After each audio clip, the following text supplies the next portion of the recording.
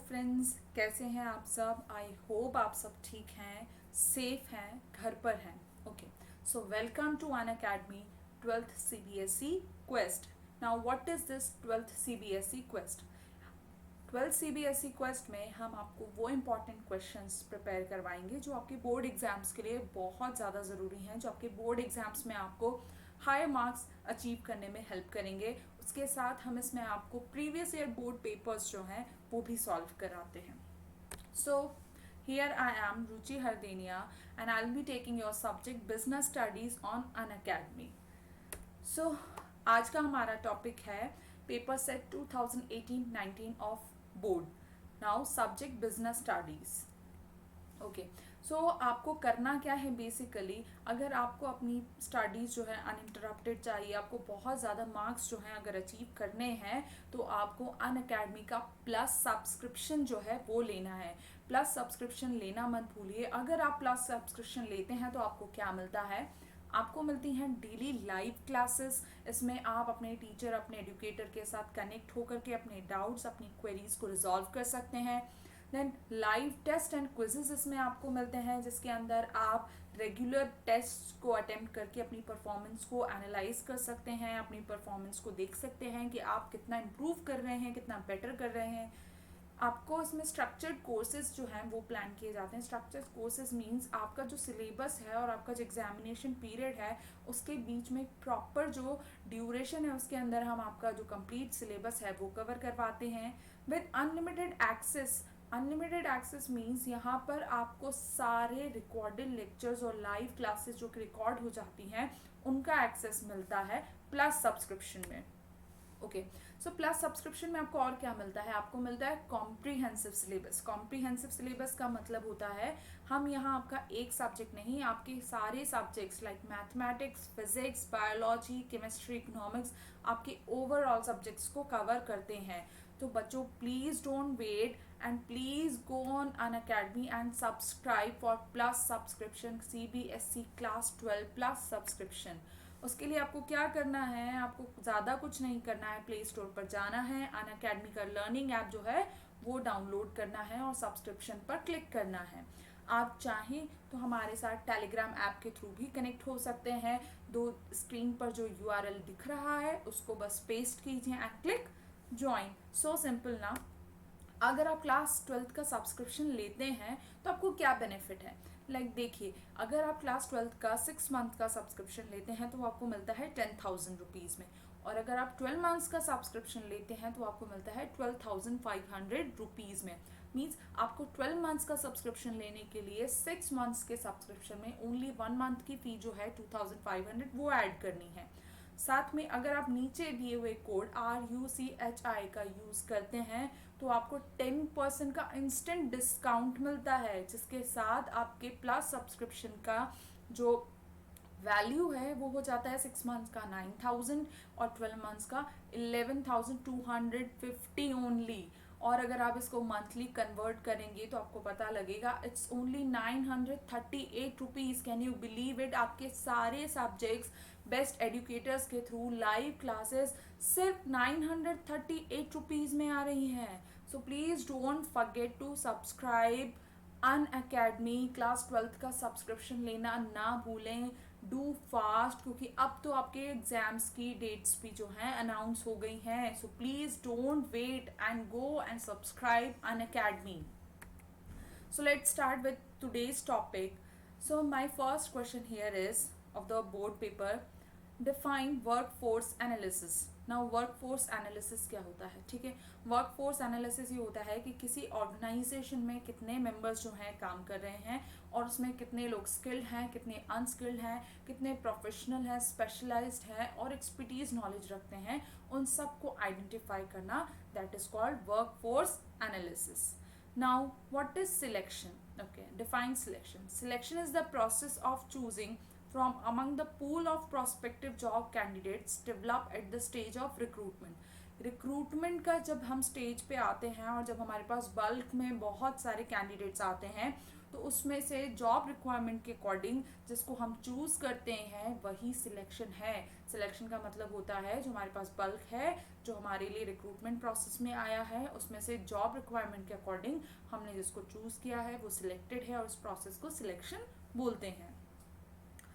So next question is, Appliances India Limited is engaged in manufacturing and distribution of home appliances since 1987.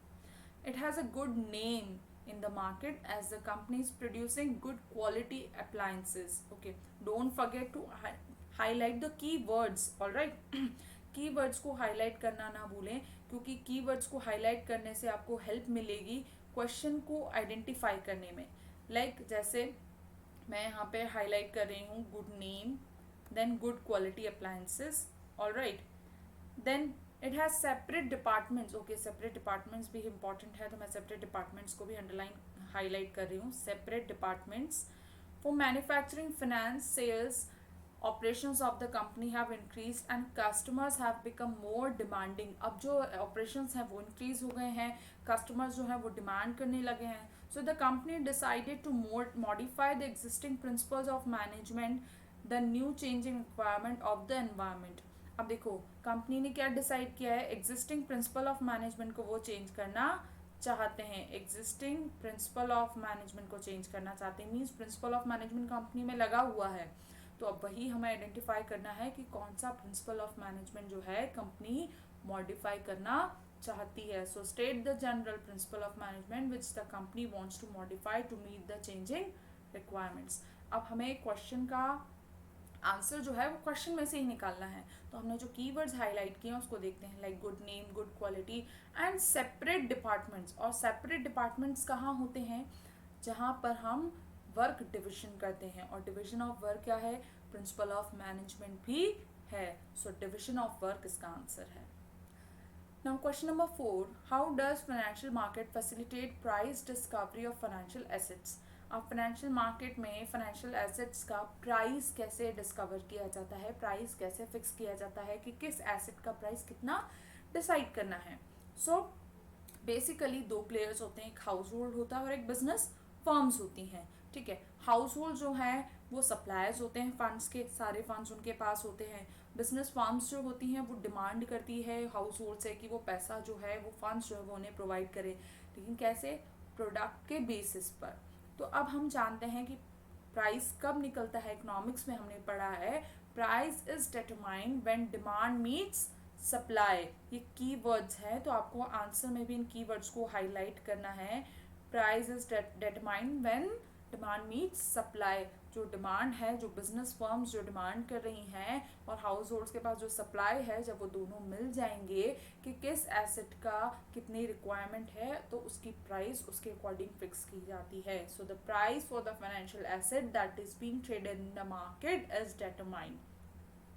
Students please don't forget to highlight the keywords in the answer. आप अगर keywords जो हैं highlight करेंगे answer में, और even case study पढ़ते वक्त भी अगर आप कीवर्ड्स को अंडरलाइन करेंगे, तो एक तो आपको क्वेश्चंस का आंसर जो है आइडेंटिफाई करने में बहुत ज़्यादा हेल्प मिलेगी। दूसरा, आंसर लिखते वक्त अगर आप कीवर्ड्स को हाईलाइट करेंगे तो एग्जामिनर को कन्वीनियंस रहेगी, और इस बेसिस पे आपको मार्क्स ज़रूर मिलेंगे, क्योंकि हर एग्जामिनर थोड़ा सा फ्रस्ट्रेटेड तो हो ही जाता है इतनी सारी कॉपीज चेक करते हुए, और अगर आप उसको इतना कन्वीनियंट वर्क प्रोवाइड करेंगे तो डेफिनेटली आपको बहुत ज़्यादा मार्क्स मिलने वाले हैं। So please keep that in mind. So now question number 4, Biru Nandan, chairman of Lalit Group of Companies, founded Biru University for undergraduate and postgraduate courses in diverse disciplines. The Information Technology Department of Lalit Power Limited had few vacancies related to cyber security. अब देखिए बात यहाँ पर किसकी हो रही है, बात हो रही है वैकेंसीज की। दैट मीन्स ये क्वेश्चन जो है स्टाफिंग से आया है।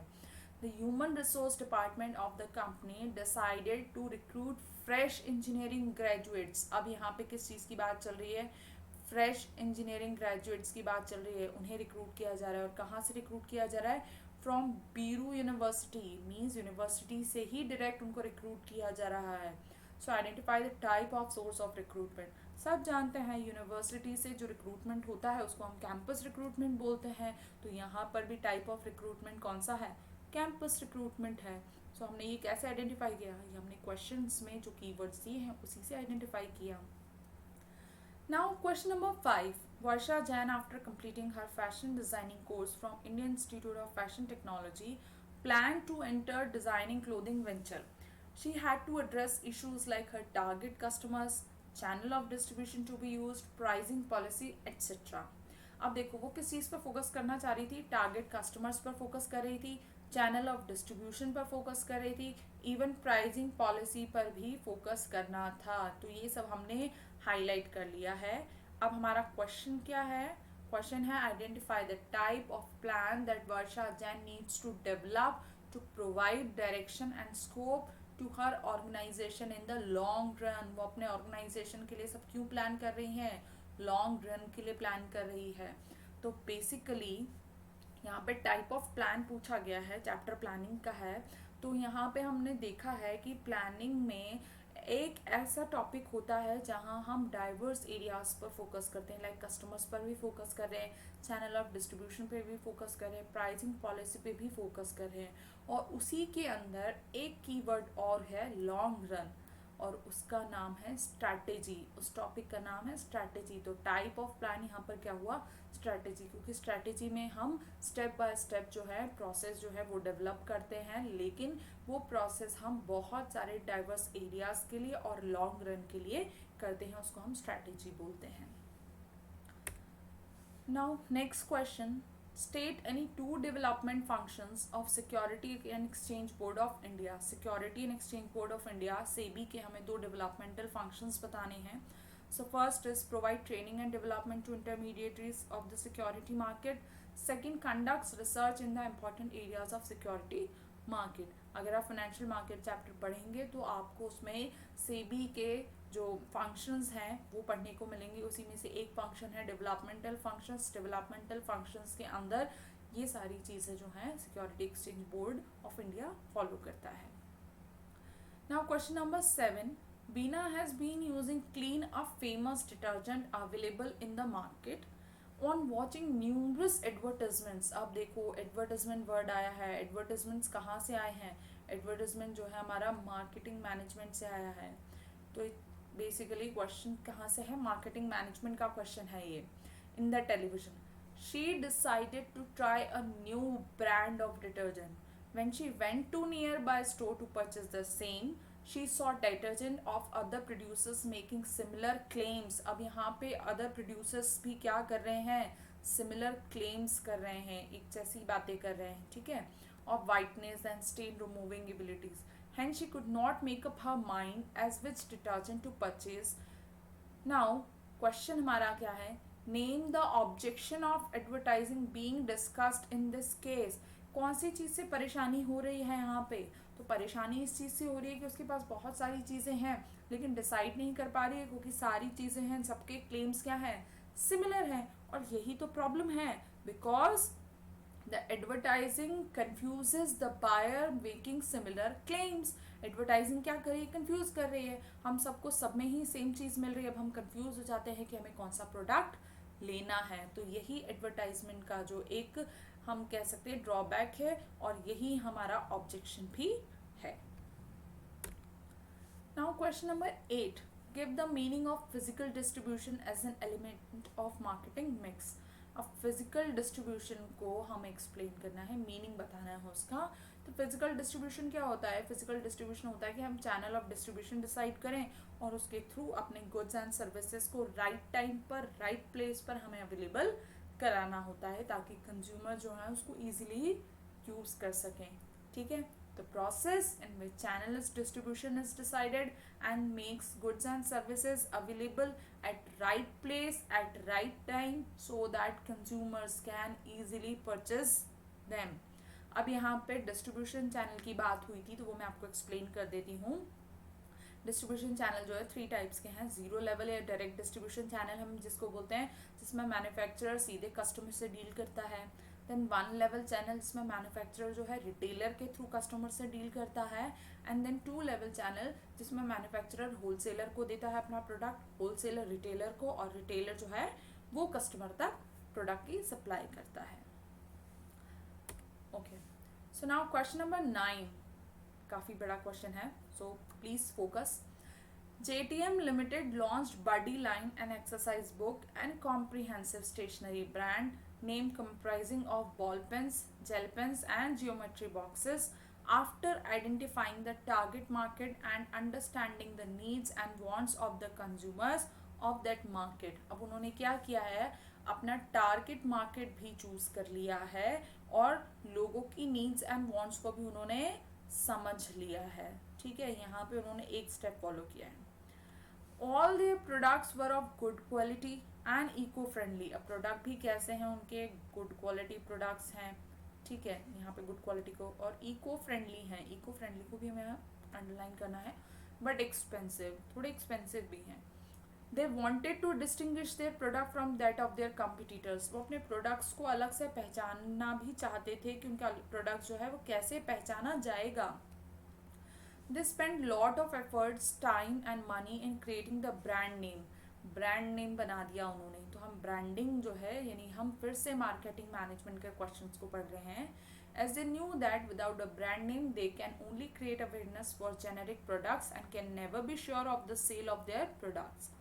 The effort paid off and the demand for the product started growing.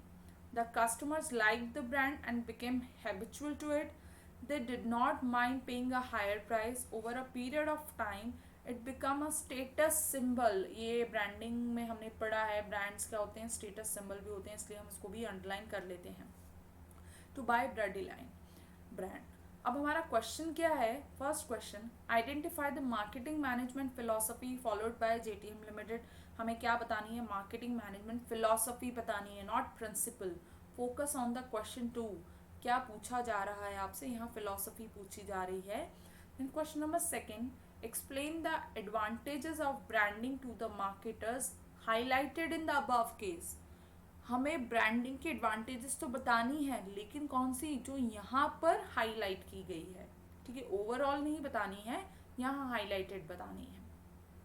So answer is, अब देखो हमारा फर्स्ट आंसर जो है मार्केटिंग मैनेजमेंट फिलोसफी आइडेंटिफाई करने का है. ठीक है, तो यहाँ पे हमने जो कीवर्ड्स अंडरलाइन किए हैं like good quality and eco friendly, ये क्या है, इको फ्रेंडली प्रोडक्ट हम कब प्रोड्यूस करते हैं, जब हमारे ऊपर सोशल रिस्पॉन्सिबिलिटी फुलफिल करने की जो है रिस्पॉन्सिबिलिटी हो, जब हमें अपना सोशल फंक्शन जो है वो परफॉर्म करना हो. तो यहाँ पे कौन सा कॉन्सेप्ट हुआ, यहाँ हुआ सोशल मार्केटिंग कॉन्सेप्ट. ठीक है, तो यहाँ मार्केटिंग फिलोसफी कौन सी है, सोशल मार्केटिंग कॉन्सेप्ट. इसके अंदर हमें कस्टमर की नीड्स एंड वांट्स को भी समझना पड़ता है, साथ में हमें क्या करना है, सोसाइटी में एक्सेप्टेड जो स्ट्रक्चर है उसके अकॉर्डिंग प्रोडक्शन करना है, इसलिए eco friendly products. Now advantages जो हैं, जो यहाँ हाईलाइटेड हैं, वो बताने हैं. तो लाइक जैसे कि हमने देखा, they want to distinguish their product from that of competitors. पहला तो ये हो गया. देन वो स्टेटस सिंबल है. ठीक है, ये हो गया. उसके अलावा हम क्या हो सकते हैं, जो ब्रांडिंग है वो लॉयल्टी क्रिएट कर रहा है, मीन्स देखो कंज्यूमर जो है वो प्राइड फील कर रहे हैं इसको परचेस करने में. तो ये सारे क्या हो गए, ब्रांडिंग के एडवांटेजेस हो गए. Now question number 10. Meeta has a successful ice cream business at Bikaner, namely Smart Flavors. Her ice creams are utterly delicious. She makes ice cream from fresh milk and same are available in wide range of flavors and packs. She sets viable business objectives and work with the same in mind to order to ensure that customer will come back for purchasing.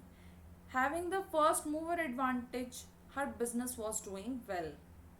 To earn higher profit, she started cutting cost. अब यहीं पे हमारे question का highlight, हमें जो point है वो करना है, कटिंग कॉस्ट. उन्होंने कॉस्ट कटिंग की. This would sometimes lead to delay in delivery. अब इससे क्या हुआ, डिले इन डिलीवरी हो गया. And the ice cream was not reaching the market in time. Over a period of time she demanded for higher ice cream declined, and because its competitors entered the market, she lost some of her market share to competitors. At the beginning of summer, she got back to orders for supply of 4,000 ice cream packs of different flavor for special occasion. To ensure that that task was completed and orders delivered in time, she hired additional workers. Now, यहाँ पे उन्होंने क्या किया, additional workers hire कर लिए. ठीक है, तो ये हम underline कर लेते हैं, additional workers. She was thus able to produce and deliver the ice cream packs but at high production cost. अब डिलीवरी तो हो गई लेकिन कैसी हुई, हाई प्रोडक्शन कॉस्ट पर हुई, ठीक है. While completing activities and finishing the given task for achieving goals, Meeta realized that she was ignoring one of the important aspects of management. Management का एक बहुत important aspect वो है जो miss कर रही हैं. अब हमें यही identify करना है, identify the aspect of management that has been ignored by Meeta. अब मीता ने क्या जो है वो मिस किया. अब यहीं पे क्वेश्चन में आंसर है कि एक तो उन्होंने क्या किया, कॉस्ट कटिंग की, टाइम पर डिलीवरी नहीं हो पाई. फिर क्या किया, कस्टमर जो वर्कर्स ज़्यादा हायर कर लिए, कॉस्ट बढ़ गई. ऐसे में कौन सा कॉन्सेप्ट जो है वो मिस कर रहे हैं हम, तो वो है एफिशिएंसी. ठीक है, the aspect of management being ignored is efficiency. क्योंकि एफिशिएंसी का मतलब क्या होता है, हम अपना टास्क भी कंप्लीट करें, टाइम पर कंप्लीट करें और मिनिमम वेस्टेज ऑफ रिसोर्सेज के साथ कंप्लीट करें. ठीक है, अब यहाँ पर एग्जाम्पल की बात हुई थी, तो एग्जाम्पल देख लीजिए कि अगर हम ज़्यादा वर्कर्स को काम के लिए हायर करते हैं तो वो इफेक्टिव तो हो सकता है, लेकिन ज़्यादा वर्कर्स हायर करने की वजह से कॉस्ट जो है वो इंक्रीज़ हो जाती है और हमें इंक्रीज सैलरी पे करनी पड़ेगी, तो वो एफिशिएंट नहीं है. एफिशिएंट कब होगा, जब हमारा कॉस्ट भी कम हो, हमारा वर्क भी टाइम पर कंप्लीट हो.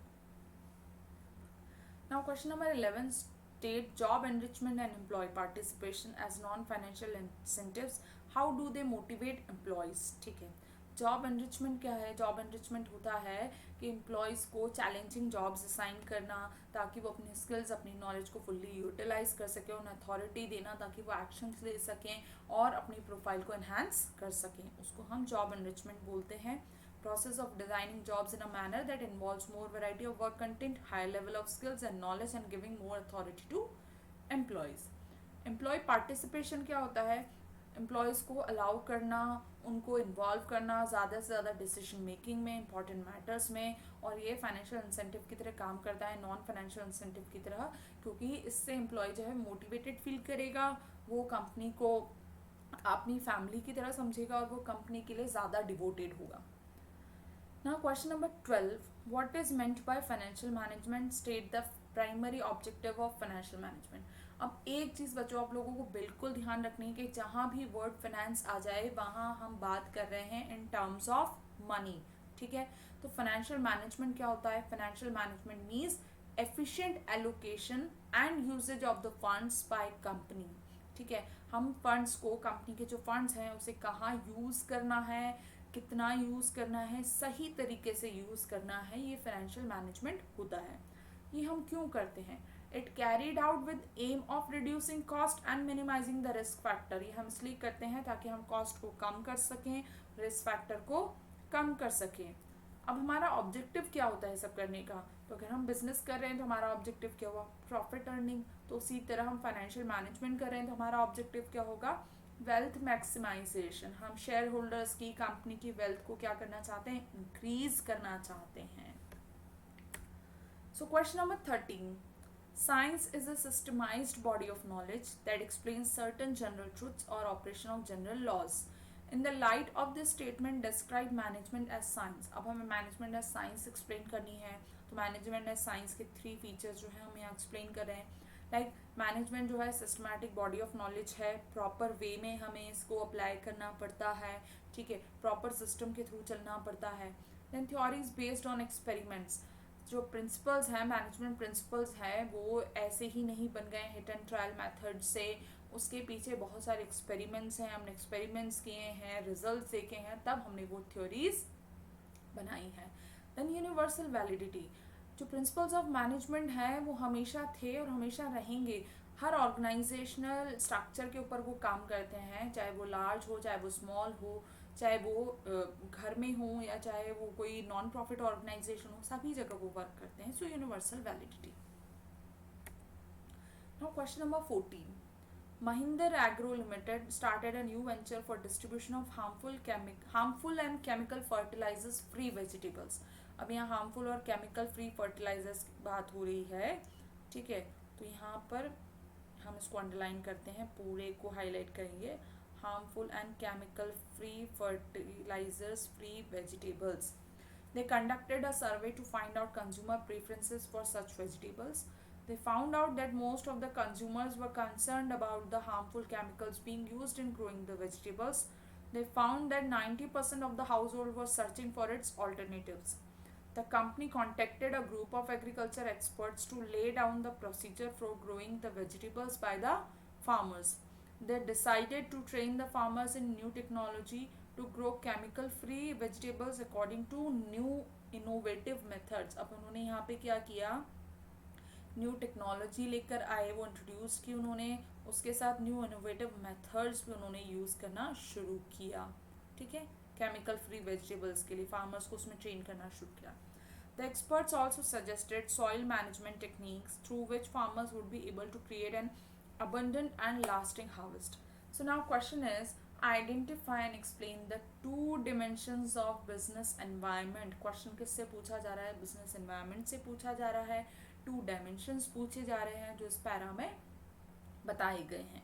तो अब हमें देखना है कि हमने जो हाईलाइट किया है, हमने क्या क्या हाईलाइट किया है. Harmful and chemical free fertilisers जो है उसके यूज़ से वेजिटेबल्स को फ्री करना है. देन उन्होंने क्या किया, new technology, new innovative methods का यूज़ किया है. तो ये कौन सा बिजनेस एनवायरनमेंट बनता है.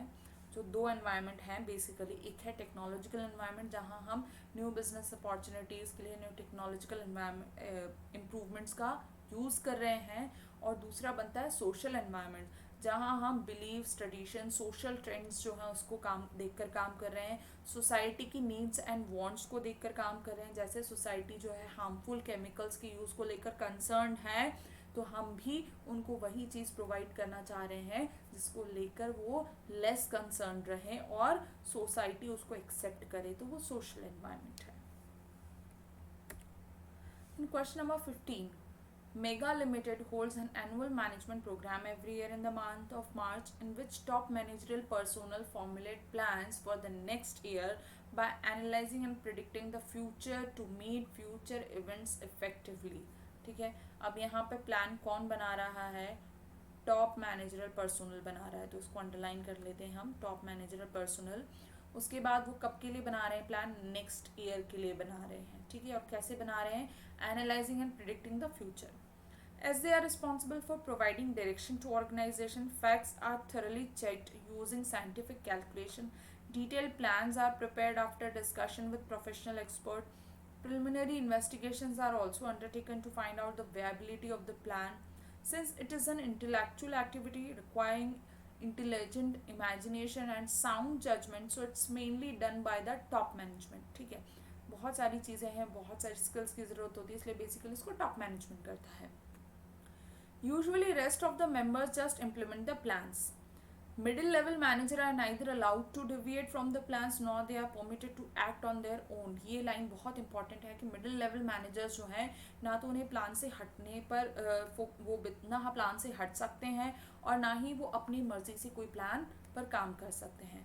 The top management ensures that the expenses incurred in formulating the plan justifies the benefit derived from them. Top management ये भी देखता है कि जितना खर्चा उन्होंने प्लान पर किया है उसके रिजल्ट्स भी वैसे ही आने चाहिए. तो अब क्या पूछ रहा है, state any two limitations and two features of planning. Limitations and features पूछ रहा है. ठीक है, वेरी सिंपल क्वेश्चन. तो देखो, पहला फीचर तो हमें फर्स्ट लाइन से मिल रहा है कि वो नेक्स्ट ईयर के लिए प्लान कर रहे हैं फ्यूचर को एनालाइज करके. ठीक है, तो प्लानिंग इज फ्यूचरिस्टिक. ठीक है, अनसर्टेन फ्यूचर के लिए हम एनालाइज करके प्रेडिक्ट करके प्रिपेयर कर सकते हैं. Then planning is mental exercise, क्योंकि बहुत यहाँ पे इंटेलेक्चुअल एक्टिविटीज़ होती हैं, उसके लिए साउंड माइंड की ज़रूरत होती है जो दिमाग से अच्छा सोच सके, इस पर स्किल्स हो, नॉलेज हो. तो mental exercise. Limitation, planning reduces creativity. Planning क्या करती है, क्रिएटिविटी को कम कर देती है. क्यों, क्योंकि प्लान जो है सिर्फ टॉप लेवल मैनेजमेंट बनाता है. ठीक है, अब टॉप लेवल मैनेजमेंट ही अगर प्लान्स बनाएगा तो लोअर लेवल मैनेजमेंट को क्या करना है, सिर्फ उसको इम्प्लीमेंट करना है, एग्जीक्यूट करना है. ठीक है, वो लोग अपनी क्रिएटिविटी, अपने थॉट्स, अपने सजेशंस तो दे ही नहीं सकते हैं, तो उनकी क्रिएटिविटी तो क्या हो जाती है, ख़त्म हो जाती है. Then planning involves huge cost. अब प्लानिंग फ्यूचरिस्टिक है तो बहुत सारी कैलकुलेशन, एनालाइजिंग, सर्वे, कंपैरिजन्स करने पड़ते हैं, तो उसमें बहुत कॉस्ट आती है. तो ये भी एक लिमिटेशन है. Now next question, question number 16. Winber Limited set up a manufacturing unit at Bhiwadi in Himachal Pradesh to manufacture electric geysers and supply them to all dealers over the country. ठीक है, supply कहाँ कर रहे हैं? All over the country.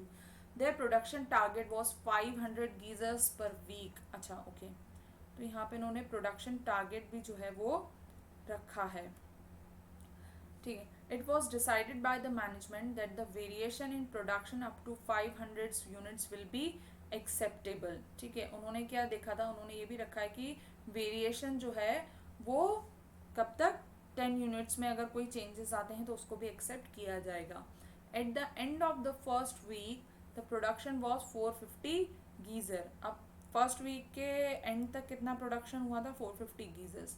The next week production increase to 470 geysers. ठीक है, अब next week कितना हो गया? 470 हो गया. A week later production was 460. On investigation, it was found that fluctuation in production was due to irregular supply of electricity. उन्होंने target 500 का रखा था और ये भी डिसाइड किया था कि वेरिएशन जो है वो 10 यूनिट्स में आ सकता है. तो 10 यूनिट ज़्यादा हो सकती हैं, 10 यूनिट्स कम हो सकती हैं. ठीक है, लेकिन पहले वीक में तो 450 हुआ, फिर 470 हुआ और फिर वापस कम हो गया 460. और उन्होंने फाइंड आउट किया तो पता लगा कि इलेक्ट्रिसिटी का प्रॉब्लम है. So the question is, the above para discusses some of the steps in the process of one of the function of management. Explain these steps. ठीक है. And second, state the steps that have not been discussed in the above. ठीक है, हमें क्या करना है? यहाँ पे इस पैरा में कुछ स्टेप्स जो हैं फंक्शन ऑफ मैनेजमेंट की वो डिस्कस की हैं, वो बतानी है, और कुछ जो नहीं डिस्कस की हैं वो बतानी है. सो पहला उन्होंने क्या किया? Establishing standards. उन्होंने स्टैंडर्ड्स जो हैं वो स्टैब्लिश की. First step is to establish standard of performance against which actual results can be evaluated. Standard बनाया. स्टैंडर्ड मतलब हम एक बेस फिक्स कर लेते हैं ताकि हम अपने एक्चुअल रिजल्ट्स को कंपेयर कर पाएँ. लाइक उन्होंने 500 डिसाइड कर लिया था, तो 500 जब उन्होंने डिसाइड किया तो ही वो कंपेयर कर पाएंगे ना कि 500 से ऊपर हो रहा है, 500 से कम हो रहा है. Those standards are yardsticks of performance and clearly specify what should be accomplished. इससे क्या होता है? एक बेस बन जाता है और हमें पता लग सकता है कि हमें कितना टारगेट अचीव करना है. Now measuring the performance. Second step is to measure actual performance of the entire workforce in the organization. Second step उन्होंने क्या लिया? Actual performance को measure किया. For easy comparison, actual performance should be expressed in the same terms as planned standards. Actual performance को उन्होंने कैसे रखा? जो उन्होंने प्लान किया था कि 500 जो है हमारा होना चाहिए प्रोडक्शन, तो 500 को ही वो क्या मानकर चल रहे हैं? एक्चुअल परफॉर्मेंस मानकर चल रहे हैं. Now comparing performance with standard. Third step involves finding deviations and causes of the such deviations. अब थर्ड स्टेप में उन्होंने क्या किया? जो 500 उनका बेस था, प्रोडक्शन वहाँ तक ही होना चाहिए था एक्चुअल, लेकिन एक्चुअल प्रोडक्शन वो हुआ नहीं, 470 हुआ. तो वो एक्चुअल प्रोडक्शन को और स्टैंडर्ड प्रोडक्शन को दोनों को उन्होंने क्या किया? कंपेयर किया और डेविएशंस क्या कमी रह गई, जो डेविएशंस कितना है वो फाइंड आउट करने का उन्होंने कोशिश की. Minor deviation should not be reported to top management as they are acceptable, but major deviation must be reported as so that remedial measures can be taken. अब अगर उन्होंने पहले डिसाइड कर लिया था कि अगर 10 का डेविएशन आता है तो it's okay, but if more than 10 तो बहुत बड़ी प्रॉब्लम है. तो वो वही बात कर रहे हैं कि जो माइनर डेविएशंस हैं कि अगर 6-7 का डिफरेंस हो जाता है या 1-2 का डिफरेंस आता है तो वो टॉप लेवल मैनेजमेंट को नहीं रिपोर्ट करेंगे, लेकिन ज़्यादा डेविएशन आ रहा है तो वो रिपोर्ट करेंगे. Now taking corrective action. Fourth step क्या होता है यहाँ पर? करेक्टिव एक्शंस क्या लेने चाहिए थे उन्होंने, वो इस केस स्टडी में हमें नहीं बताया गया. So fourth and final step in the controlling process is find out deviations and take corrective actions to prevent recurrence of deviations. जो deviations आए हैं वो क्यों आए हैं उसको find out करें और उसको correct करें. There are 3 actions as a manager take after comparing actual performance with established standard. यहाँ पे 3 steps बताए हैं जो actual performance और established जो हमने standard किया है उसके बीच में comparison के लिए किया जाता है, जो मैनेजर कर सकता है. Let the situation remain as it is, या तो वो उसको एज इट इज़ छोड़ दें. Correct the deviation by improving the performance. Performance को सुधार करके डेविएशन को कम करें. और revise the standard set earlier, या तो वो करे अपना स्टैंडर्ड ही कम कर ले, या तो हो सकता है उन्होंने स्टैंडर्ड बहुत ज़्यादा रख लिया हो. तो ये 3 मेजर जो हैं वो एक मैनेजर कर सकता है. Now question number 17. Organising involves a series of steps that need to be taken in order to achieve the. अब ऑर्गेनाइजिंग क्या कर रहा है, कुछ सीरीज ऑफ स्टेप्स है जो हमें यहाँ पर किसी भी वर्क को अचीव करने के लिए सोचना है। So answer is identification and division of work. ठीक है, तो सबसे पहले हमें क्या करना है, आइडेंटिफिकेशन करना है और डिविजन करना है वर्क का। The total work should be divide into specific jobs as according to predetermined plans. ठीक है, हमें क्या करना है, अपना जो टोटल वर्क है उसको हमने जो प्लान बनाया है उसके अकॉर्डिंग डिवाइड करना है, so that related task can be perform by an individual, और हर टास्क जो है एक इंडिविजुअल परफॉर्म कर सके। It should have specific and definite task to perform. Specific होने चाहिए और डेफिनेट होने चाहिए। As far as possible it should defined expected result along with the job. उससे हमें क्या मिलेगा, हमारे एक्सपेक्टेड रिजल्ट्स हैं वो भी मिलने चाहिए। देन सेकेंड स्टेप जो है ऑर्गेनाइजेशन में, वो क्या ले सकते हैं हम, डिपार्टमेंटलाइजेशन कर सकते हैं। Grouping similar and related jobs into larger units called departments. Like accounts activity है, फंड्स रिलीज करना है, या हमें क्रेडिट्स को अलाउ करना है, तो हम इन सबको फाइनेंस डिपार्टमेंट में कन्वर्ट कर सकते हैं। तो इसको हम डिपार्टमेंटलाइजेशन बोलते हैं, और इसका एक डिपार्टमेंट हेड जो है हम वो प्लेस कर देते हैं जो इसमें स्पेशलाइज्ड हो। ठीक है, और इस तरह से हम अलग अलग डिपार्टमेंट्स बनाकर उन सबको लिंक कर सकते हैं, तो इसको हम बोलते हैं departmentalisation. Then question number 18, stock exchange act as a regulator of the security market. It creates a continuous market where the securities are bought and sold. देखो, स्टॉक एक्सचेंज क्या है, सिक्योरिटी मार्केट का रेगुलेटर है, या security जो है खरीदी और बेची जाती हैं। It gives investor the chance to disinvest and reinvest. Through this process of disinvestment and reinvestment, savings get channelised into their most productive investment avenues. To ensure that investing public gets a safe and fair deal in the market, the membership of the stock exchange is well regulated and its dealing are well defined according to existing legal framework.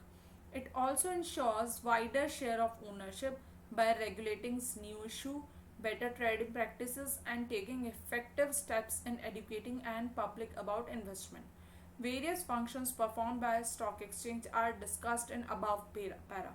यहाँ पर सारे functions बताएं stock exchange के, कि stock exchange जो है share market को regulate करता है, यहाँ पर हम इन्वेस्ट कर सकते हैं, उसके बाद लोगों को अपने इन्वेस्टमेंट का जो है अच्छा फेयर मिल सकता है, अच्छी डील मिल सकती है, लीगली ये सब किया जाता है, ओनरशिप मिल जाती है न्यू इश्यूज़ को, यहाँ पे प्रैक्टिसेस पर कंट्रोल किया जाता है। तो ये सारा जो है फंक्शंस जो हैं आपको यहाँ पर डिस्कस कर लिए गए। By quoting lines from above the para, state any 4 functions of stock exchange. अब हमें स्टॉक एक्सचेंज के 4 फंक्शंस बताने हैं, लेकिन कैसे बताने हैं, पैरा से रिलेटेड बताने हैं, यानी पैरा से हमें वो 4 फंक्शंस लेने हैं। सो पहले तो हम ये एक्सप्लेन करेंगे स्टॉक एक्सचेंज क्या होता है। So a stock exchange is an institution which provides a platform for buying and selling of existing securities. It facilitates the exchange of security, example share, debenture etcetera, into money and vice versa. Now following are some important functions of stock exchange. Gives liquidity and marketability to existing securities, then pricing of securities, then safety of transactions, membership जो है regulated होती है, dealings well defined होती हैं, then contributes to economic growth, उसको हम कैसे देख रहे हैं, ensure that savings are channelized to most productive investment and avenues, then spreading of equity cult, ensures wide share ownership, provides scope for speculation in a restricted and controlled environment. ये सारे points हैं, और उसके साथ हमने Paris से जो lines ली हैं जो उसके मतलब को एक्सप्लेन करती हैं वो हमने आपको यहाँ एक्सप्लेन किया है। Then question number 19, explain the following function of marketing. कौन कौन से फंक्शन बताने हैं, product designing and development and standardisation and grading. So first answer, product designing and development. तो इसमें क्या होता है, it involves decisions regarding to the product to be manufactured and it attributes such as quality consideration, packaging, models etcetera. हम product designing में क्या करते हैं, डेवलपमेंट में क्या करते हैं, पहले तो डिसाइड करते हैं कि प्रोडक्ट कौन सा मैन्युफैक्चर करना है, क्या उसकी क्वालिटी होनी चाहिए, क्या क्या उसमें हमें इन्वॉल्व करना है, पैकेजिंग कैसी होनी चाहिए, मॉडल कैसा होना चाहिए, ठीक है, हम उसमें और कैसे कैसे वेरिएशंस ला सकते हैं, तो ये सब प्रोडक्ट डिजाइनिंग एंड डेवलपमेंट में आता है. Done by anticipating customer needs and developing new products or improving existing products to satisfy these needs. हम कस्टमर की नीड्स को ध्यान में रख के करते हैं, न्यू प्रोडक्ट्स को डेवलप कर सकते हैं या अपने पुराने ही प्रोडक्ट को इम्प्रूव करने के लिए हम ये करते हैं ताकि हम कस्टमर की नीड्स को सेटिस्फाई कर सकें. Then standardization and grading. Standardization process of setting certain standards for a product on the basis of its desired qualities. Standardisation क्या है, हमने एक स्टैंडर्ड सेट किया है ताकि हम अपने गुड्स की जो डिजायर्ड क्वालिटी है वो अचीव कर सकें. जब तक हम स्टैंडर्ड सेट नहीं करेंगे हमें पता नहीं लगेगा हमें कैसा प्रोडक्शन करना है. For example ISI mark for electrical goods. Now grading. Grading means division of products into classes made up of units possessing similar features such as for agricultural products. Grading क्या होती है, हमने प्रोडक्ट्स को classify किया है अलग अलग units में जिनके सिमिलर फीचर्स होते हैं उनको हम एक यूनिट में डाल देते हैं. जैसे कि एग्रीकल्चर प्रोडक्ट्स में होता है, ठीक है, बहुत सारी चीज़ें होती हैं जिनको हम एग्रीकल्चर प्रोडक्ट्स बोलते हैं, तो उसको हम ग्रेडिंग बोलते हैं. Question number 20. Explain the following techniques of scientific management. Fatigue study और differential piece wage system. The fatigue study seeks to determine time and frequency of rest intervals in completing a task. एक task को complete करने में कितना rest लिया गया है, कितनी बार ब्रेक लिया गया है, वो हमें यहाँ देखना होता है. The rest interval will enable worker to regain their lost stamina, thereby avoiding accidents, rejection and industrial sickness. Rest interval से क्या होता है, जितना हम वर्कर्स को रेस्ट इंटरवल्स प्रोवाइड करते हैं उसके बेसिस पर वो क्या कर सकते हैं, अपने आप को रिलैक्स कर सकते हैं, अपना स्टैमिना रीगेन कर सकते हैं, एक्सीडेंट के या रिजेक्शंस के चांसेस जो हैं वो रिड्यूस हो जाते हैं. Now differential piece wage system. Differential piece wage system क्या है, this term links wages and productivity. Wages और प्रोडक्टिविटी को लिंक करता है. The standard output per day established and 2 piece rates are used. Standard output जो है per day के लिए हम बनाते हैं कि आपको पर डे इतना प्रोडक्शन करना है, ठीक है, और उसके बाद हम 2 रेट्स जो हैं वो यूज़ करते हैं. Higher for those who achieve up to and more than standard.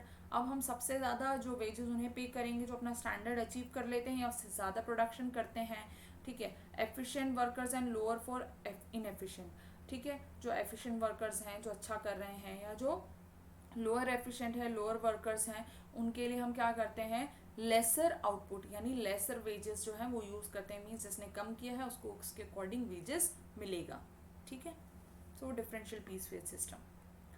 Question number 21. Voltage fluctuations have been common and quite in India. They harm our electrical appliances like television, refrigerators and air conditioners, often leaving them in permanently damaged condition. Engard company decided to manufacture stabilizers for North India where the voltage fluctuations ranges from 220 volt to 230 volts. Once the demand for North India was taken care of, they decided to launch stabilizer for varying volts from 90 volts to 260 volts for meeting the requirements of voltage fluctuations in other regions of India also. 3 engineers were appointed for South, West and East regions in India as the voltage was different in all 3 regions. Though all the engineers were appointed to manufacture stabilizers, but the product differed from region to region. Now question is, identify the organizational structure of Engard company. Organizational structure बताना है, organizing से है question. Then state 2 advantages and 2 limitations of the structure. अब जो structure हम identify करेंगे उसकी 2 advantages और 2 limitations हमें बतानी है. So answer is, divisional structure is followed by Engard company. They decided to appoint different engineers. Though all engineers were appointed to manufacture stabilizers, but product differed to region. यहाँ हम divisional structure की बात कर रहे हैं क्योंकि engineers जो हैं हमने अलग अलग रीजन के लिए अपॉइंट किए हैं, साथ में जो प्रोडक्शन है वो रीजन टू रीजन क्या है, डिफरेंट है. एडवांटेजेस क्या है ऑर्गेनाइज डिविजनल स्ट्रक्चर की. Quick division making. Divisional managers जो होते हैं वो अपने रीजन के या अपने डिवीजन के लिए इंडिपेंडेंटली डिसीजन ले सकते हैं, तो डिसीजन मेकिंग फास्ट हो जाती है. Then divisional results can be assessed. इससे हम हर डिवीजन का प्रॉफिट और लॉस जो है वो इजीली एसेस कर सकते हैं, और जो डिविजन्स प्रॉफिट में नहीं है, लॉस में जा रहे हैं, उनको हम बंद भी कर सकते हैं. Then disadvantages. कॉन्फ्लिक्ट जो है कई बार एलोकेशन ऑफ रिसोर्सेज में डिविजन्स में कॉन्फ्लिक्ट होता है कि उस डिवीजन को ज़्यादा मिल गए, हमें कम मिल गए, लाइक घर में 2 बच्चों में होता है वैसे. And the duplicity of functions. Entire set of functions is required for all division. It gives rise to duplicity of efforts among divisions and increases cost. होता क्या है, पूरे डिविजन्स के लिए हमें एक सेट ऑफ फंक्शन चाहिए होता है. कई बार क्या होता है, हम एक ही फंक्शन को अलग अलग जगह अप्लाई करते हैं, इससे क्या होता है, कॉस्ट जो है वो इंक्रीज हो जाती है. Now question number 22. Nisha Sethi was working as a human resource manager in a famous consultancy firm KLI Global Services. Her job included preparing job descriptions, recruitment, developing compensation incentive plan, facilitating employee learning. They had entered into alliances with institutes to ensure continuous learning of their employees. With the jobs becoming more and more complex, KLI Global Services invested large amount of money in making the employees learn the skills necessary to complete the jobs. तो उन्होंने क्या किया, अपने employees को skills को enhance करने के लिए बहुत सारा पैसा जो है वो इन्वेस्ट किया है. Start by giving any 5 points how this investment is likely to benefit the organization. Okay. So answer is the process that makes employees to learn the skills to create job is called training. जो process उन्होंने start किया है उसको हम training बोलते हैं. और training के firm को क्या benefits हैं. First, it avoids wastage of time, effort and money involved in hit and trial method. Training से क्या होता है, अगर कोई ट्रेन है तो अपना वर्क प्रॉपरली करेगा, लेकिन अनट्रेन है तो वो क्या करेगा, कोशिश करेगा तो नुकसान होगा, तो वो हमें डिनाई करना है. Second, increases productivity quality wise and quantity wise, thereby leading to increased profits. Productivity बढ़ेगी तो profits बढ़ेंगे. Equips future manager, और जो जितना ज़्यादा स्किल्ड हो जाएगा, जितना ज़्यादा ट्रेंड हो जाएगा, उससे हमें फ्यूचर मैनेजर भी मिल सकते हैं. देन इंक्रीजेज एम्प्लॉयज़ मोरल, जितना ज़्यादा एम्प्लॉयज़ अपने स्किल्स को डेवलप करेंगे उतना उनका मोरल जो है वो इंक्रीज हो जाएगा. डिक्रीजेज एब्सेंटिज्म एंड टर्नओवर, उससे क्या होगा, लोग जो हैं अपने एम्प्लॉयज़ जो हैं वो अपनी ऑर्गेनाइजेशन को कम छोड़ेंगे. टर्नओवर्स जो है वो भी, यानी वो अपनी ऑर्गेनाइजेशन जो चेंज करने की कोशिश करते हैं वो भी कम करेंगे. Then response to fast changing environment, जो चेंजिंग एनवायरनमेंट है हम उसको बहुत जल्दी अडेप्ट कर सकते हैं ट्रेनिंग के through. Then decreases supervision, standardisation of procedure and safety for operations, उससे क्या होता है, सुपरविजन जो है वो कम हो जाएगा क्योंकि सब अपना वर्क प्रॉपरली कर पा रहे हैं, और सेफ्टी और ऑपरेशंस जो हैं वो हमारे इंक्रीज हो जाएंगे, प्रोडक्शन जो हमारा स्टैंडर्डाइज्ड हो जाएगा. Now question number 23. Explain any 6 factors affecting the decision that determines amount of profit earned to be distributed and to be retained in the business. 6 factors बताने हमें जिससे हम ये डिसाइड करें कि हमने जो प्रॉफिट अर्न किया है उसको कितना डिस्ट्रीब्यूट करना है और कितना रिटेन करना है. ठीक है. Again this question is from financial management.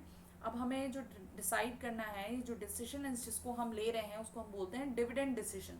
Whether to distribute earnings to shareholders as dividends or retain earnings to finance long-term profits of the firm.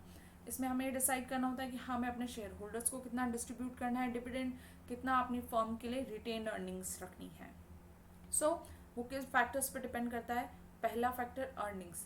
Companies having high and stable earning could declare high rate of dividends and dividends are paid out of current and past earnings.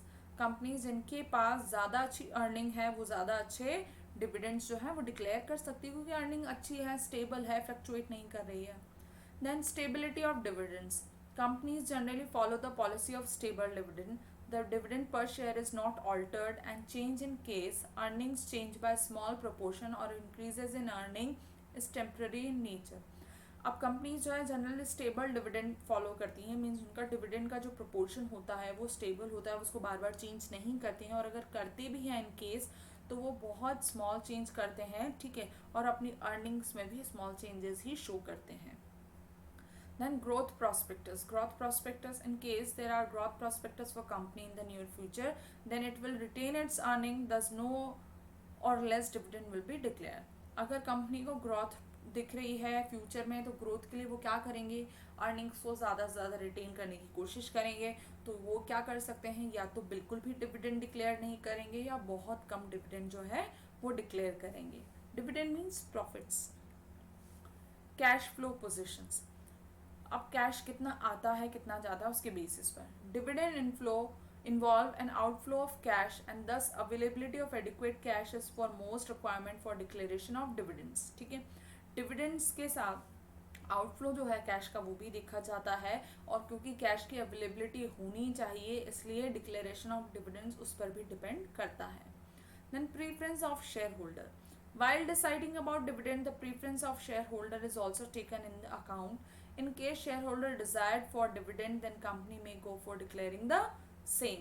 अब share holders के ऊपर भी depend करता है, अगर share holders चाहते हैं कि उन्हें डिविडेंड मिले तो कंपनी को डिविडेंड डिक्लेयर करना पड़ता है। Then question last 6 point, taxation policy. A company is required to pay tax on dividend declared by it. Company को जो डिविडेंड डिक्लेयर किया है उस पर टैक्स पे करना पड़ता है। अगर टैक्स जो है डिविडेंड पर बहुत ज़्यादा है तो कंपनी जो है लेस डिविडेंड जो है वो पे करने की कोशिश करेगी ताकि टैक्स रेट जो है वो भी कम रहे। ऑलराइट, तो ये सारे पॉइंट्स जो है ये कंपनी कंसिडर करती है डिविडेंड डिक्लेयर करने से पहले। तो question number 24, Voice is an important consumer organization. It organized workshops in months of December in Delhi NCR for consumers. The theme was organic food from farm to plate, to spread awareness on importance of organic farming and to encourage consumer to switch from conventional food that contains chemicals and pesticides to organic food. Expert speakers from farmers community explained the harmful effects of uses of pesticides in the farming and the importance of organic food. People were informed that the organization regularly tests samples to detect adulterations like presence of heavy metals or pesticides. The results of the test are published in their monthly magazine Consumer Voice to make people aware of quality of different products. It also provides aid to legal advice to the consumer in seeking a remedy. State the functions performed by Consumer Voice for the protection and promotion of consumer interest by quoting lines from above para.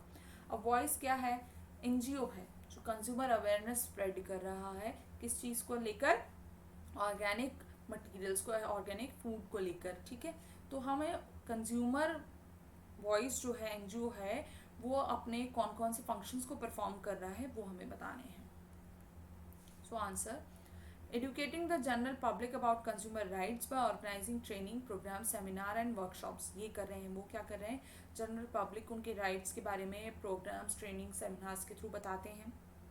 Then publishing periodical and other publication to educate consumer. Periodical जो है उसके through वो अपने members को educate करने की कोशिश कर रहे हैं। Then providing legal assistance to consumer by providing legal advice जो है वो प्रोवाइड करते हैं। जो फिल्म्स और कैसेट्स हैं और फूड अल्ट्रेशन या मिसयूज़ ऑफ ड्रग्स हैं उसके बेसिस पर वो उनको बताते हैं। कंप्लेंट्स जो हैं वो कंज्यूमर कोर्ट्स में वो उनकी फाइल करने में हेल्प करते हैं। कंज्यूमर्स को इनकरेज करते हैं कि अनफेयर ट्रेड प्रैक्टिसेस के अगेंस्ट वो एक्शन लें, और कंज्यूमर कोर्ट्स में कंज्यूमर के बिहाफ पर इनिशिएटिव लेकर केस फाइल करते हैं। यही काम जो है वॉइस ऑर्गेनाइजेशन भी कर रहा है। Now question number 25, Pratap Singh is the Chief Executive Officer of Nisar Enterprises. It is an automobile parts manufacturing company. The enterprises has functional structure in which jobs of similar nature have been grouped together as production, finance, marketing and human resource. Nisar Enterprise has its manufacturing unit at Manesar. The factory has been plagued with many problems for a long time, which was in knowledge of the production manager Varun Sharma. The workers had internal differences. Time and again there was misunderstandings between the management and the workers.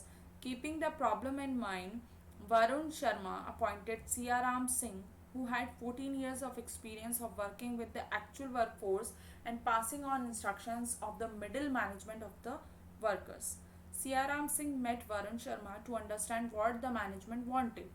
Thereafter he met the workers and conveyed the ideas of management to them. He also promised the workers to convey their problems to management. In this way, he cleared the misunderstanding between the management and the workers. He also sorted out internal differences and was able to unite workers within a month of his joining. His work was acknowledged by management and he was given a certificate of good performance along with 10% increase in salary. So, Siaram Singh performed some of the functions which are required to be performed at the position he was working at. State any 5 other functions Siaram Singh is expected to perform. कुछ functions तो उसने perform किए हैं, उसके अलावा 5 functions और हमें explain करने हैं.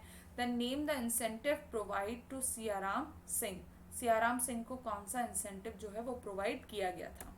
So answer, Siyaram Singh performed eight operational level at the management. His main function was to interact with the workers and pass on instructions to the middle level management. दोनों के बीच इंस्ट्रक्शन करना था, उसको इंटरेक्शन करना था और दोनों के जो ग्रीवेंसेस या प्रॉब्लम्स थी उन दोनों को शेयर करना था. 5 फंक्शन जो है उसे परफॉर्म करने थे, like ensure proper working environment बनाना था, सेफ्टी ऑफ वर्कर्स को इंश्योर करना था, मिडिल लेवल मैनेजमेंट को प्रमोटिंग, रिक्रूटिंग और अपॉइंटिंग में वर्कर्स की हेल्प चाहिए थी, इंटरैक्टिंग विद एम्प्लॉयज़, सजेशंस को वेलकम करना, फीडबैक्स को लेना और साथ में नए अच्छे अच्छे सजेशंस को रिवॉर्ड करना, टीम स्पिरिट को बनाए रखना और मोरल जो है इंक्रीज करना. Then the incentive that is given to Siyaram Singh are non financial incentive था कि एम्प्लॉय रिकग्निशन प्रोग्राम था, उसमें उनको रिकग्नाइज किया गया, सर्टिफिकेट प्रोवाइड किया गया और फाइनेंशियल इंसेंटिव में उन्हें पे अलाउंसेस के साथ 10% इंक्रीज इन सैलरी दिया गया. सो आई होप आपको इस सारे क्वेश्चंस के आंसर जो हैं वो समझ आए होंगे. I was able to explain all the things to you. मैं कोशिश करूँगी कि ज़्यादा से ज़्यादा आपके साथ डिस्कशन कर सकूँ और प्लीज़ आप भी एक क्वेश्चन पेपर फिर से सॉल्व करने की कोशिश कीजिएगा और जो मैंने पॉइंट्स बताए हैं प्लीज़ आप उनको ध्यान रखिए क्वेश्चन पेपर सॉल्व करते वक्त, आंसर लिखते वक्त. एंड प्लीज़ स्टडी हार्ड क्योंकि आपके एग्ज़ाम्स जो हैं बस वो आने ही वाले हैं. So thank you and please don't forget to subscribe Unacademy and please use code RUCHI for class 12 CBSE subscription plus subscription लेना ना भूलें. Thank you so much.